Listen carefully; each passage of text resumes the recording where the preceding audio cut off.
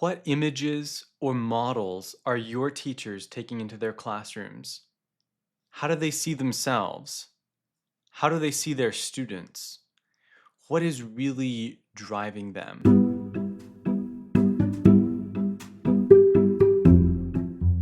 Welcome back to the Doc School Leader Podcast, where we're dedicated to the renewal and growth of school leaders. I'm your host, Kyler Martin. We hope to help you lead your school community with greater wisdom and courage. Transformative schools need effective leaders, and effectiveness requires patient training. Here we go.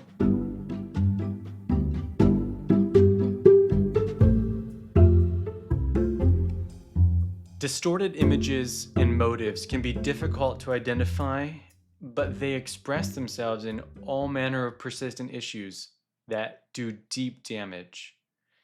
Welcome to this episode where Anthony Hurst names a number of potential mindset problems or areas of possible problems. He provides clarifying examples and concrete suggestions that will increase your perceptiveness about these mindsets and guide your response to the problems. Anthony has experience as a teacher and school leader. What he explores here stems from his humility in learning from his own mistakes and allowing that to build his understanding of these mindsets. So why does this matter? The work you do to develop the self-awareness of your teachers and aid the formation of healthy mindsets will have more to do with long-range fruitfulness than the best policies and policing that you can provide. It's the difference between joyful labor in your school among your teachers and desperate survival. I also note that this is a long episode. In the description, I give an outline of the main items Anthony addresses. Feel free to skip around. I'm sorry I don't have timestamps for you. But the theme that runs through the talk is combating disinterest, disrespect, and disorder in the classroom so that learning can be wholesome and fruitful for all involved.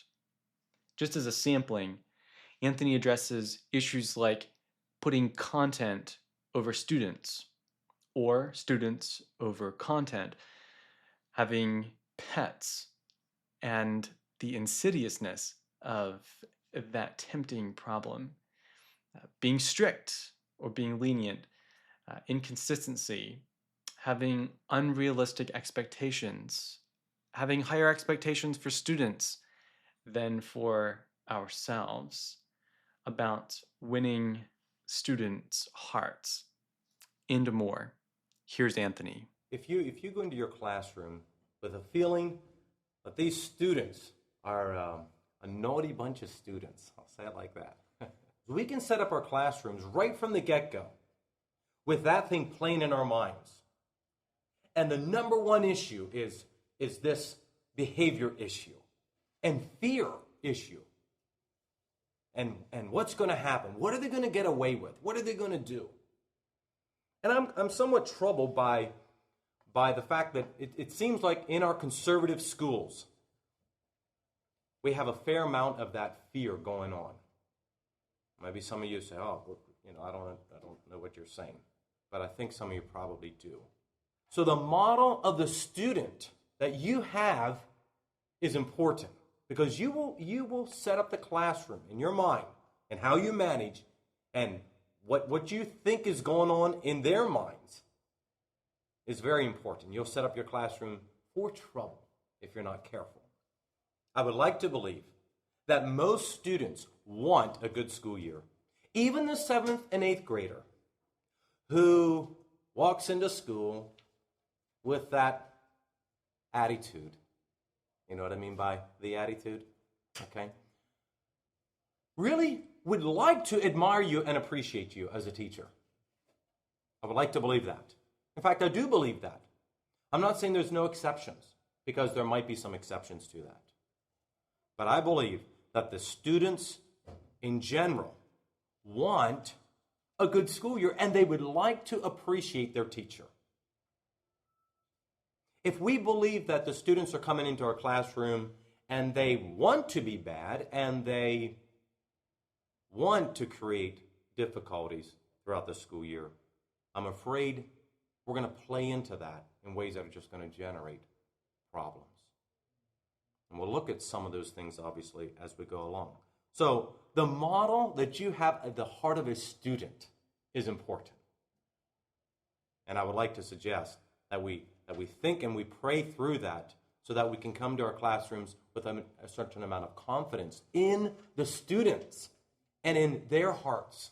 And we're not going into the classroom with the number one thing is, I would like to be liked, but I'm not sure if I'm going to be. And we'll look at some errors that we can make if that's what's happening. And we'll go through some of the things that I think can create disrespect and then disinterest and disorder. Number one, I love books, but not you. I love books, but not you.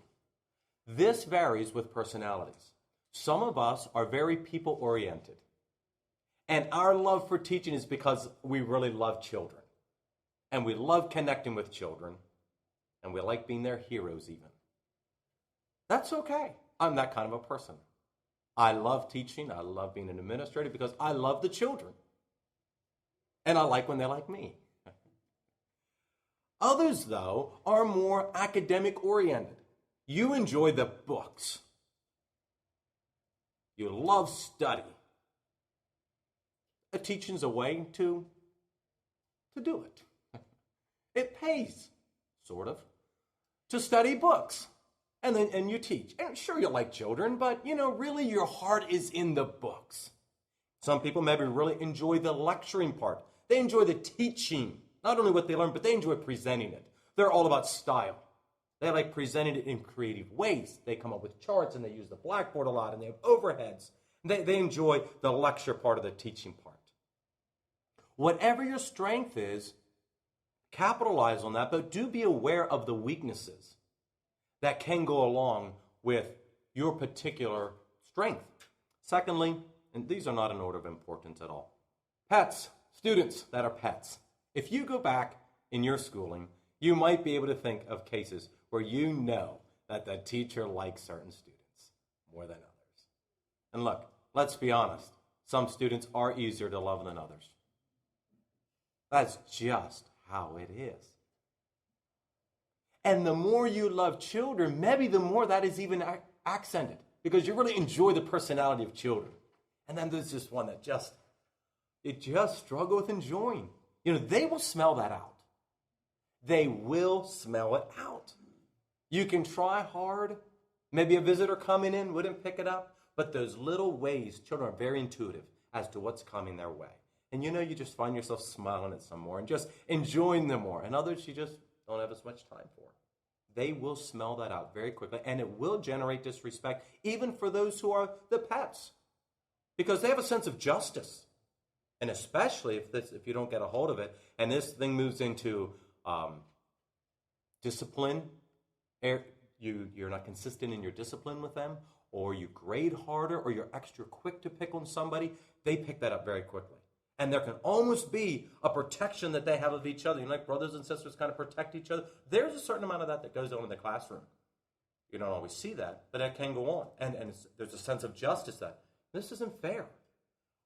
Pray your way through that you learn to love every student. We'll look at that under winning the heart of your students, but be sensitive to that. Not too strict or lenient for the third point. I want to spend a little time on this one and go back to some of the things I said at the beginning. Not being too strict or too lenient. That's an easy thing to say. We all want to be balanced. But let's look at both sides of this thing. The teacher that is too strict is maybe the type of person that's a choleric. Any cholerics here? You want this thing to sail nice and straight. And it does. And so you have lots of rules. You clip things off right when they happen. And you set the sails. And this thing is going to flow well. You're a good manager. And you keep things going. You know what? That's a very, very many positive things about that. We want classrooms to sail nicely. And the truth is, the students want things to sail nice and straight. They really do. But you can be too strict, where really they can hardly be humans and make mistakes. You know, how many mistakes do you make in a school year? Do you pay for that? Do you stand at recess? You don't. Well, you should. You're irresponsible. Or do you ever get to school and you tell the students, I'm sorry, I forgot to bring something along today. I was going to use this in this demonstration or do this and I forgot. Or you forgot to make some photocopies and you run out and go over to the office and you make some photocopies because you forgot. Do you pay for those mistakes? Do your students pay for their mistakes? How can you be so responsible? Do you have a schedule? Yes. Did you look and see that this is due today? No. Well, why not? Well, do you have a schedule? Didn't you know you're going to teach math class? Didn't you know you're going to have this? See, we can expect a level of almost perfection from our students. But I would like to suggest that we do something that is workable, something that is fair, and allows some grace in the system. Because you need grace as a teacher, and we must give grace to our students. Does that mean we just allow things to go on and become they become irresponsible, frustrated? Well, of course you can't do that. All right, the lenient issue. I think this is the one that we struggle with the most for inexperienced teachers and new teachers. You know, I want my students to like me. I like asking new teachers sometimes, so what? How do you feel about teaching? What's the big thing? Well, you know, my goal is to have good relationships. And my goal is to really I really want to like my students and I want them to enjoy school. You know, that is a good goal, but that should not be what drives decision after decision after decision is, well, will the students like this? You know, it will be a party for the first day. And maybe the second day. And the third. But by Thanksgiving, let me tell you, you will be sick of them and they'll be sick of you. And too many teachers got to Thanksgiving and looked and said, I don't know what to do. I'm not enjoying school anymore. I'm out of ideas to how to keep the fun rolling. We've done about every project imaginable in the first few weeks of school, and it was a lot of fun, but it's not sustainable day after day, week after week, and certainly not year after year. We do want students to enjoy school, but the way is not to set up the classroom, that this is going to be a lot of fun, we're just going to do lots of extra projects, extra recess, and finally the students start to do things that you don't like, and you're not sure what to do about it. And you're afraid that if you do something about it, they're going to resent you. So it's a fear, really, that is driving those kind of problems. A lot of fear that I won't be liked, and they'll be rebellious, and they'll go home and say negative things, or they'll compare me to other teachers that they've had, and they won't like me as good. I think I would suggest that you would err on the side of keeping things pretty tight and loosen up as you can, and they win some trust. Then starting out with a lot of looseness, and we'll see how this goes once. And then as I need to, I'll start trying to pull this thing in because everybody's confused after a while. And there's not a sense of what is fair, what isn't. The expectations are not clear. I don't think a teacher needs to start out with a huge list of rules, but enough of rules that is definable and the students know what to do. I'm going to throw something in right away with that. And that when there is a rule, that you give the consequences to breaking the rule, if necessary, if you really have one. See, what I don't think is fair, and I think does generate general disrespect, is when a teacher says, well, this is what I'd like to be done. And a student raises their hand and says, what's going to happen if I don't? Ever have a student do that? Well, I'd like to suggest that's a problem if they talk to you like that to begin with. I think the wisest response in a situation like that would be to simply say this. I want to talk to you at recess about that. That's probably the last time they'll ask you that question. Just in a nice way. Say, I'd just like to talk to you at recess. We'll talk about it then. Because if they're asking that question, really what they're doing is saying, I'm probably going to be bad, and if it isn't, the consequences aren't too great. I might just do this. And they laugh, and they snicker, and they look at each other and roll their eyes and all those things. If you're on trial almost, right? You're the one that's under the pressure. Another poor answer, I think, would be, is to simply say, and we maybe like to hold this as some power in front of our students, is to say, well, I'm not sure, but you don't want to find out. Does God do that to you? You don't want to find out. you're bad. No, God tells us the consequences of sin. And so if you have a consequence, tell them. Say, well, I think you probably need to stand at recess and do that again. So you say, I don't want you to use pens in this lesson. I want you to use a pencil. And if they have the audacity to ask, another response I think would be acceptable is simply to say, well, what will happen? Well, you probably need to stand in recess and just redo it. But I'm sure that won't happen. But deal with that thing of, so what if we aren't good? What's going to happen? And then we're playing this cat and mouse game, aren't we? We're trying to catch you. We're trying to get away with it. We'll do it if it isn't too bad. We'll try to hide it. And we set up that thing. They'll play the mouse if you play the cat. But they don't enjoy it, and you don't either. They act like they do, but they really don't enjoy that because it stifles relationships. So I have a little hard time saying, well, don't err on this side only because some of us tend to err on the one side. Others, given our personality, tend to err on a different side.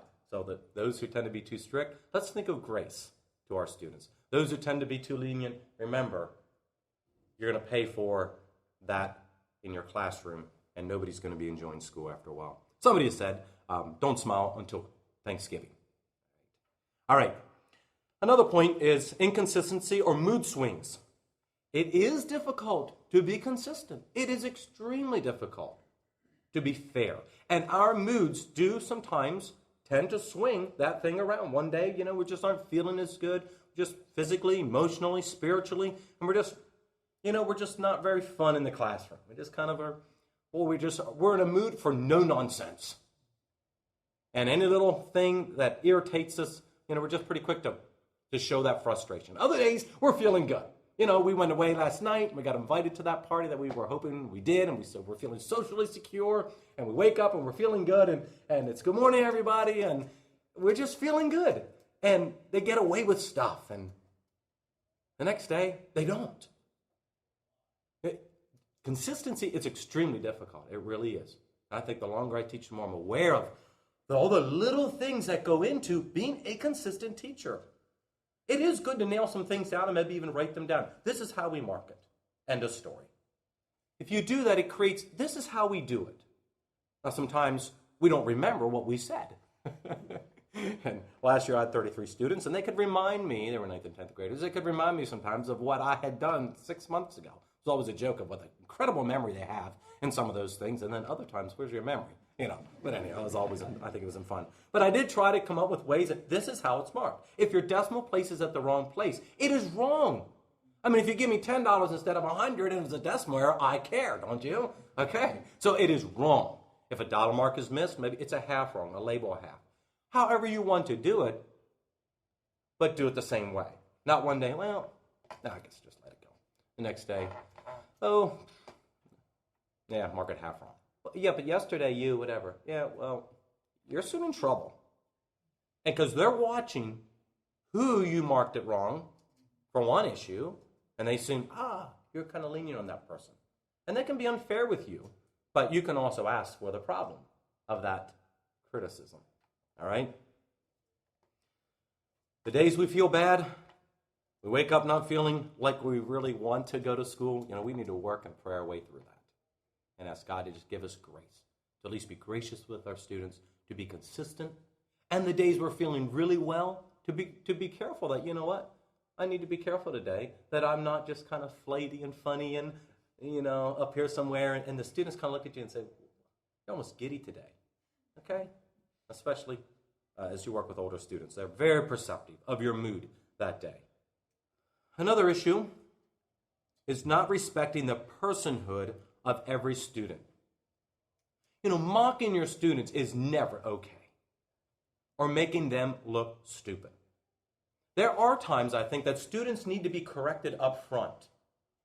I think it is okay if there's something going on, and you might know what this is like, in the back of the classroom, you don't like it, and you just simply, there's a little kind of back and forth, and you just sense there's an awareness between these two people, and it's distracting you. I don't know if you're like that, but to me, I'm hugely bothered by that. I can't teach, I can't lecture if there's two people in the back who are just kind of, and they're looking, it just derails me. I think there can be a place to say, seems to be something going on back there. I'd like you to stop, please. I'm trying to teach. And you move on. That is different than humiliating a person. Now, that might be embarrassing. They might get a little red. But that is different than making them look stupid. Some of you maybe heard me say this story before, and it's one of the more embarrassing stories of my teaching, and yet I would tell you because I need to humbly say it was a huge mistake, and I think I hope I learned a lesson from this. It was my first year of teaching, and it was 5th grade. 15, 18 students. Happens to be the school that I'm in now again after being in another school for a number of years, back in this one now, in Myerstown.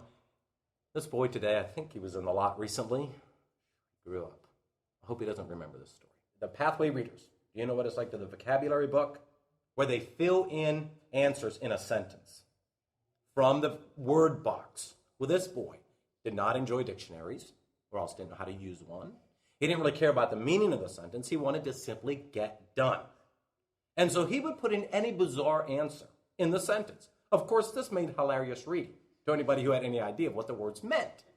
And I made the very bad mistake of actually getting his book and reading a sentence or two up front and said, "Did this make any sense?"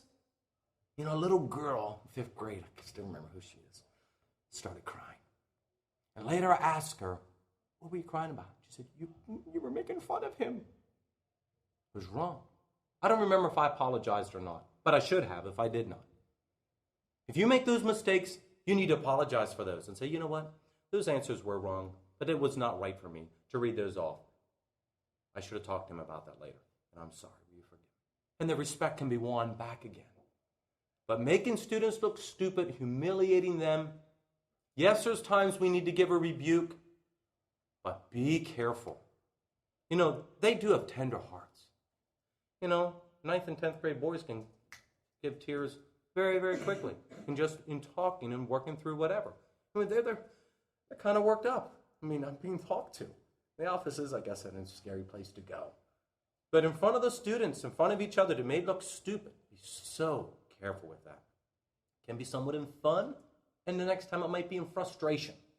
But if you're not respecting their personhood, they're people and they do deserve respect, even if it's a student that you struggle with loving or it's a personality that you struggle with. So be so careful with that. Another point is all work and no play.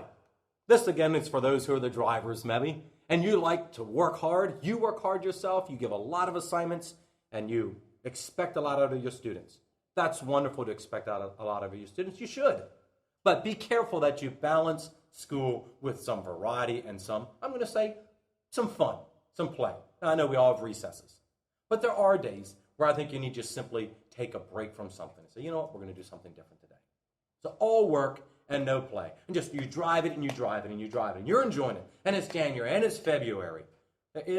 Students can kind of, especially those who struggle, just almost come to a dread of school because expectation level is so high and there's so much homework going home. And I got to just work. And that's almost another subject, making adjustments for those kind of students and how to and when to. It's not an easy thing to work through, but be careful with that. Another point, lots of criticism and little compliments. The ratio, this is dreadful, is supposed to be about 1 to 7. That's 1 good, 1 negative to 7 positives, not the other way. We have a little hard time getting up to a 1 to 1, don't we? You know, we can, as the year move on, we can just tell them a lot of things they're doing wrong, right? I mean, students do an awful lot of wrong stuff in a year's time, if you let it irritate you. But they're children.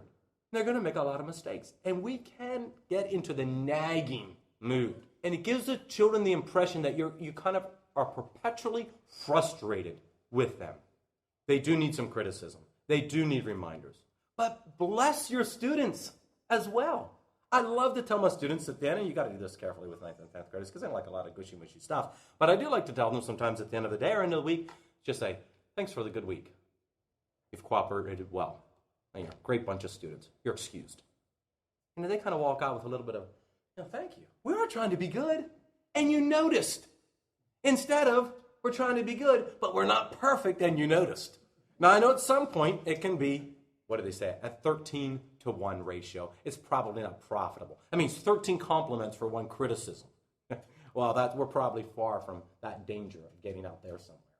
But I would really like to encourage us, especially those of us who tend to like it running just right, and we're fairly disciplined ourselves, and we like it neat and clean and all those things. We can have the nagging spirit. that just gets after them, and after all, the students just feel like, I don't ever please my teacher. But to show your pleasure in their work, give them lots of affirmation that you appreciate their cooperation. They come in from recess, they line up nicely. Well, that's a nice job. Great. They'll probably line up again like that for you. Or they come in quietly and say, that was a orderly entrance. Thank you. Just those little ways. You're not camping out on it. You're not just going on how wonderful they are. I'm just so glad you're my students. They get tired of that fluff too. All right? But even 9th and 10th graders, junior highs, they like that we did it okay. They're orderly. They're listening. Thank you all for listening to class. Wow, I enjoyed teaching that class. They know that you saw that they were putting effort into it. All right? You didn't miss that. Another point is unrealistic expectations. We did talk some about that. Unrealistic expectations. You know, that penmanship just always needs to be at this level. What I'm trying to help us understand is that we can expect a level of perfection of our students, and I think about this in our school sometimes, is, we work pretty hard at quiet chapels, but we work hard at, reverence. What if the teachers are sitting in the back, though, and they're whispering and grinning? Is that okay? No. No, we're expecting something of them, just a level of these little angels, but we want the freedom to have a little bit of elbow room because, after all, I'm a teacher. Yes, you are a teacher, okay? You're the teacher, and you should be modeling the rules the best you can so that they look at you and they respect you, all right? So unrealistic expectations, be careful in that and you're not expecting more out of them than out of yourself. And if you do expect that a lot of yourself, remember, they're children. Within their hearts. We're going to go over this fairly quickly because it's some of the flip side of what we've talked about. Love them. Genuinely love them and pray until you love every student. This is hard to do, but are you willing to go into the classroom early and sit in the desk of the student that you struggle with the most and pray for that student and thank God for that student? Because maybe that student is going to help you learn some valuable lessons that you wouldn't have learned otherwise. Rather than seeing these students as somebody who, if they would only get out, my room would be almost perfect. I know what that feels like. I can think back of previous years, and when I think of that year, my mind still goes to that same person. I must have had a lot of emotional stress. I think so. Those are the students, though, that you need to pray about and work your way through. I would imagine for most of you, if you think back of last year, your mind quickly goes to one or two students. Or you are in the middle of the school year and somebody says, so how's the school year going? And your mind right away goes to a certain student. Those are the students, though, that either you can say, Lord, take a deep breath. Thank you for that student. Thank you for the opportunity to try to show this student some love and direction in life. I don't know what they face at home. I don't know why they're the way they are. I don't know why I can't seem to win that child's heart. But God, thank you for that student. Thank you for the lessons that I'm learning from having this student in my room, even though it's so cruel. Even though it feels like when they're not there for a day, 80% of the problem's gone. And I know situations can get so bad that a student needs to be removed from school. I know that. Love them and pray for them. Interest in their personal life. We're busy teachers, but take an interest in their personal life. If they went on a trip, to ask them, how was your trip? Did you enjoy it? They have horses. So, how's your horse doing? I love to hear teachers talk to their little children about rabbits and things that they don't care about at all. Closely related is that I have time for you personally, and make eye contact. Walk along with them if it's a man teacher with a young man. And you're opening yourself to that person. You're relaxed. I have time to talk to you. So they know that you're accessible. I'm not just about teaching school. I walk in, I walk out, teach a class, and everybody okay? No, I'm here for you personally. Of course, that is increasingly difficult if you have a lot of students, and that does vary with personality as well. But I think before school is a great time to keep it relaxed. Most of us tend to work right up to that starting time. I would really like to encourage you to make it a goal. I don't know how your school runs. Yours might be a little different. We have a time that they may come in. They may not come in before we finally got that down pat. They may not enter the building until 10 after 8. They got 5 minutes to put their things away. And that's time that I like to just be there. Be there at my desk. I'm sipping some coffee. I'm there. We can talk. not ripping around making the last photocopies. And no, we're done, we're ready. But just to create that relaxed atmosphere that I'm here to talk. I'm not just busy, busy, busy, busy. I did that before I got to school. I mean, what do you get done in those 5-10 minutes? An awful lot, I guess, don't we? But if we'd have just come to school 10 minutes sooner and got busy right away, we could be relaxed when the students come, and we're there for them. We could talk to them. That time, I think, is so valuable. I love to see before school the faculty outsiders, all these children playing on those swings, on this, and just the faculty out mingling with them. Maybe they're playing football with them. Maybe they're shooting some basketball. Maybe they're just talking to them, playing foursquare. It just shows the students we're here for you and to help you enjoy school. Notes of understanding. Be careful with this, especially men teachers to a girl teacher, to a girl student. Be extremely careful. But I think this can be a very powerful way of winning the heart of a student. I can think of students who've been through some very difficult things, maybe a death in the family, maybe an accident, maybe mom's in the hospital, maybe there's church problems, maybe they are struggling themselves tremendously in a certain subject. And just to write a note and saying, and I have to say dear, if it's a man writing to a 9th, 10th grade girl, just say, Sally, I know you've really been struggling in this subject, but I appreciate your working hard, and please ask me any questions anytime. I'm here to help you. It's recognizing that I'm struggling, and the teacher knows it, and the teacher cares. Or I know your family's been through a lot of difficult things. I'm sure it's hard for you to concentrate in school. Just want you to know I'm thinking about you, and I pray for your lots. Just a way to show that you have a life outside of school, and I care about that life. Those little notes, they keep those. Or if it's a person who is struggling in school, older student, attitudes, and they're doing better, you can do this to a pretty big boy. I like that note. Just say, thanks for the good day. Your attitude was great. I noticed. I remember one big boy I did that to, a 9th or 10th grade boy, and in talking to the parents later, and they said, oh yeah, he had that note yet. All right, let's move on to disinterest. Don't you wonder what it's like for your students to watch you day after day after day? This is especially true of middle to upper grade teachers. The little ones, they adore you. I am sometimes so jealous. I can walk in to the first grade classroom, and they are all just, Brother Anthony's here, and I leave, goodbye. If I don't stop in for a couple of days, you didn't come to our room for a while. And, oh, yeah, I got to come back again. And it's a joke last year that they give me food when I walk in, a crack, and I'm going to get fat, come on, got to give me, grapes too, and they give me some grapes, and I better leave because, it's a good way to get out of the room. I'm getting too much here, I got to go, They love everybody. I don't know, I suppose I could do something wrong if I'd really try hard. But as that moves along, that really changes. They start to analyze you. School's boring. Well, maybe school is boring sometimes for them. We must create passion for what we are teaching. First point. Enthusiasm for every class. You must take every class and say, how can I make this class exciting? How can I make it exciting? Second point. You must love learning yourself. You must love learning. Aren't you expecting that out of your students? To learn and learn and learn? Especially if you have a couple years of teaching and you're teaching this book for the 4th time, 5th time. Start broadening your understanding. Get that history book, geography book, science book. Bring things in that are far beyond what the book says. They will notice that. You know what? Last night I was studying and I pulled the encyclopedia out, or I pulled an extra reference book, or I went to the library or looked something up on the internet and I found this. Isn't that amazing?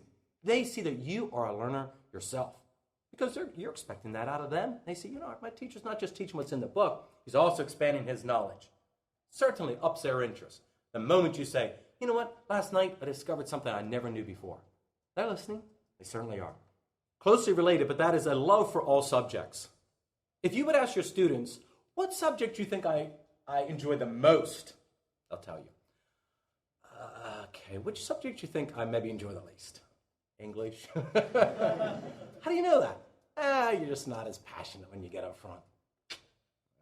Thanks. I asked my students because they're old enough they could handle it. They're a very respectful, good bunch that year. And so I did ask them. They knew. I love biology. I love sciences. I enjoy English. The love word would be a little hard to say, would be quite honest. But I've taught it enough. Feels like I know everything there is to know about grammar almost because I've been through the book so many times. It's hard to generate excitement, and I'm not a writer.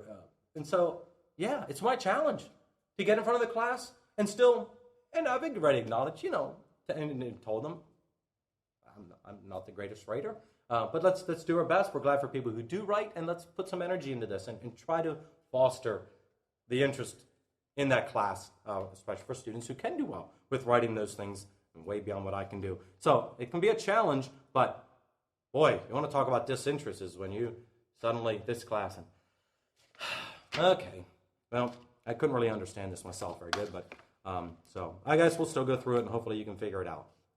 Just teachers that have done those kind of things. I've heard students in algebra that said, algebra, yeah, when I was in school, I think we had a few lessons, but my teacher didn't really understand it, and when it came down to it, we basically didn't have algebra that year because the teacher didn't know it. We got to be competent in every subject. Might not happen the first year, but we got to get there. We got to be able to teach with a certain amount of confidence and enthusiasm and appreciation for the class and respect, and not, oh, well, I thought this was kind of dumb the way this was written here, and I wish we could change curriculums, but it costs a lot of money, so your students are they're going to take that attitude times 10 very, very quickly. They really will. They're going to smell that. It's okay to say there's a mistake in this book or the way they teach us. Actually, I'm going to teach it a little different because I think you can understand it this way better. That's fine. You're not generating disrespect when you do that, but be careful what you say when you work through those kind of things. Special projects. This takes a lot of time, but I think this can be a great thing to do. Maybe it's a hike connected to what you're studying. Maybe it's a field day. Oh, so many things. Science experiments. They are work, but we need to work at least some of those into school. And sometimes they learn more through those things possibly than a regular lesson. It gives them hands-on, real-life experience. We need to learn to create diversity in our style. Some of us are very lecture-oriented possibly. We have notes, we have an outline, and we stand up front. We always come up to our podium sort of the same way. We orient ourselves very properly, put our books down, we open up, and we lecture away very methodically. Our content's tremendous. We don't say anything twice. We just move through it, and we're done. In the next lesson, we kind of come up, and we're more of a methodical person. Others tend to be the other way, all right? We all need to work with our personalities. Don't try to be like another teacher. But try to create some diversity in your style of teaching. Some days, it is a little more lecture, especially this is middle topic grades. Other days, we're going to treat this class more discussion type. Reading classes are great to do that with, of course. You're not just reading off the answers. What do you think? Well, okay, you think that? What does somebody else think? You think that, okay. And you work through, the class is involved. It's a discussion-oriented class. Next one's maybe hands-on. Today, for our class, we're learning about leaves, so we're going to go out, we're going to collect leaves of all the different types of leaves. Vary your style. I know we can't get out of our box so far, we lose control, but broaden that as your experience broadens. Next, know what you are teaching. We talked about that a little bit, especially though when you do experiments. I can remember a number of years ago, I'll say quite a few years ago, fortunately, we were trying to do an experiment in chemistry that I honestly didn't understand myself. But I wasn't sure what's going to happen. We were doing this, and after a while, one of the students looked at me and said, what's supposed to really happen here? Well, I don't know. You think he had any interest in the experiment anymore? Of course not. I mean, if anything, just dump some stuff together and see if we can get an explosion and move on with life. I mean, you don't know what you're doing. Know what you're talking about. We can get trapped sometimes up front, but if you really don't know how to diagram that sentence, or you really don't know how to explain a certain process, you better find out. Disinterest will happen very quickly. You start, I'm not quite sure. No, that doesn't quite hold out. Does anybody know for sure what to do there? And they're gone. They're gone. Disinterest and disrespect will certainly happen. Disorder. You are in control of your classroom. In spite of everything I've said, in terms of being gracious, let me also remind you, though, you are in control of your classroom. I can remember visiting, this was actually a family member. I have quite a few brothers that teach, and it was his first year of teaching, and he had a student whose name, I think actually was Patrick, but certainly nobody knows him anymore. It's many years ago. What a show he put on. He cleaned out his desk. This was multiple grades, grade 5, 6, and 7. So he was a 5th grade, and the teacher was over here teaching 7th grade. And he decided it's time to clean out his desk. It was quite interesting to watch Patrick clean out his desk. He did everything but turned it completely upside down. He started taking things out, and he's there having a good time. And of course, other students are looking, and he's trying to teach and also watch him and watch me a little bit in the back. So when I'm thinking, I'm just sort of grinning, just watching this whole process, pitying him and yet saying, what a great chance to learn about some management in your classroom. Visitors here. And this boy decides to clean out his desk at this very moment. And his books are coming out. He finds a wad of tape that was all put together. So this is sticky. Oh, this is fun. He's patting it here, moving it there, and, terribly distracting. Those other students who were trying to listen, they weren't learning a thing. Now, what should he have done? Well, I know with a visitor it was tough. But you were in control of your classroom. You could say, I would actually like you to clean out your desk later, okay? Because that's really distracting. Glad you want to clean desks, but not now, okay? And you move on with teaching. I've been in classrooms already where I was, to be very honest, I was appalled at how loose it was. Students could whisper to each other freely. Papers back and forth, grinning, smiling, the teacher's trying to teach. It looked like, who's listening to you? I mean, you are in control, and you can tell your students what you want, and then you get it. That doesn't mean that when you're correcting papers, you might allow them to talk. That's fine. I do some of that. I have so many students. I'm glad if they can answer some questions between themselves. But they don't keep talking when I'm lecturing then. You got to be quiet then. Or you might say when they come in the classroom, they're quiet. Or you might say when they get to their seats, they're quiet. Wherever you draw the line, but then that is the line. Or you'll have disorder very, very quickly. You're in control, and don't be intimidated by students who might say, well, last year we were allowed to whatever. Oh, you were? Okay. You will be amazed at what all was allowed last year. Or at some point in life. Just about every imaginable disorderly thing. You can say, well, you know what? That was fine, but this year this is how we'll do it, okay? And you move on. No apologies. And don't try to compare. Well, I know last year, but no, this year I'm allowing you to do this, so then because you can do that, no, don't argue, don't compare, don't justify. Just simply say how you want it. And say, well, this year this is how we'll do it. So that's what I'm asking you, all right? Thank you. Don't allow that comparison. Do you have a neat desk yourself as a teacher? Next point. Your own working environment needs to be neat. If you want them to be orderly, you need to be orderly. All right? So if you want an orderly classroom, make your working space orderly. Well-planned experiments, art classes, etc. This is one that's hard to do sometimes because we're always on a time crunch. And we slam an art project together. First, second, third graders, you're sure this will work out. I mean, you got the glue all ready and the scissors and all the things, and you try to run this class, and you're just simply ill-prepared. We need this. Oh, and you go, you get it. Come back, you know what things look like. Or you forgot this. Or you didn't think about it, that the squeeze glue doesn't work very good with first graders. And after a while, there's glue everywhere and on their fingers. And think through your projects carefully. Do them on ahead. Do one yourself. Experiments in science. Do it yourself. Make sure it works. Or you will have disorder very, very quickly if something falls apart. Well-planned experiments. It would be better to do half of them, have them well-planned, work through them yourself, than to go and do things that just fall apart time and time again. That's no fun. Another point, we need to close here in a minute, is calm, controlled disposition, even in emergencies. You know, somehow you as a teacher, we do run into, I'm going to say emergencies, little things. I mean, somebody knocks at the door, you need to leave. Somebody hurts themselves. Somehow to create a controlled response to those things in emergencies. Hopefully they don't happen often, but they do. A child throws up. Well, you need to know what to do about that. You need to think ahead. What am I going to do? That kind of thing happens. Everybody is excused. Just go out and play a little bit, and you know how you're going to work your way so you don't totally lose control of the classroom. Last of all, follow a schedule. Students do like normal days. Follow a schedule. Sure, it's great to have balloon day. Ever have those, is that what they're called, where you take all the things for the day and you put them up in little balls, you put them in the balloon, and you pop the balloon and pick them out, or whatever, in a container, those kind of things. Or maybe one thing in each balloon. Is that what it is? That's probably what you would do, rather. You pop the balloon, and, oh, now we're going to do this. Great variety. I was talking about that. But don't forget, school works best, really, in all these levels of disrespect, disinterest, and disorder, if you just have a methodical way of running your day. With some variation, of course. Some jokes, some stories. But the schedule is fairly predictable. They like school like that. They really do. I can remember like when we have school program, we put a lot of effort into our music. Now, I love music. Our school enjoys music. But you know what? I'll say, how many of you students are ready just to get back to regular 5 subjects a day and a pretty methodical schedule? Yeah, they're all ready. Almost all. We're just ready to have school again like it should be. And so don't apologize or don't think that you need to create diversity that's beyond reason. You just have those methodical days. That's really what school's all about. Not all the problems in your classrooms are yours. I wanted to acknowledge that up front, and I suppose I didn't. But may God help you as you work through the various issues that will help your year to run smooth.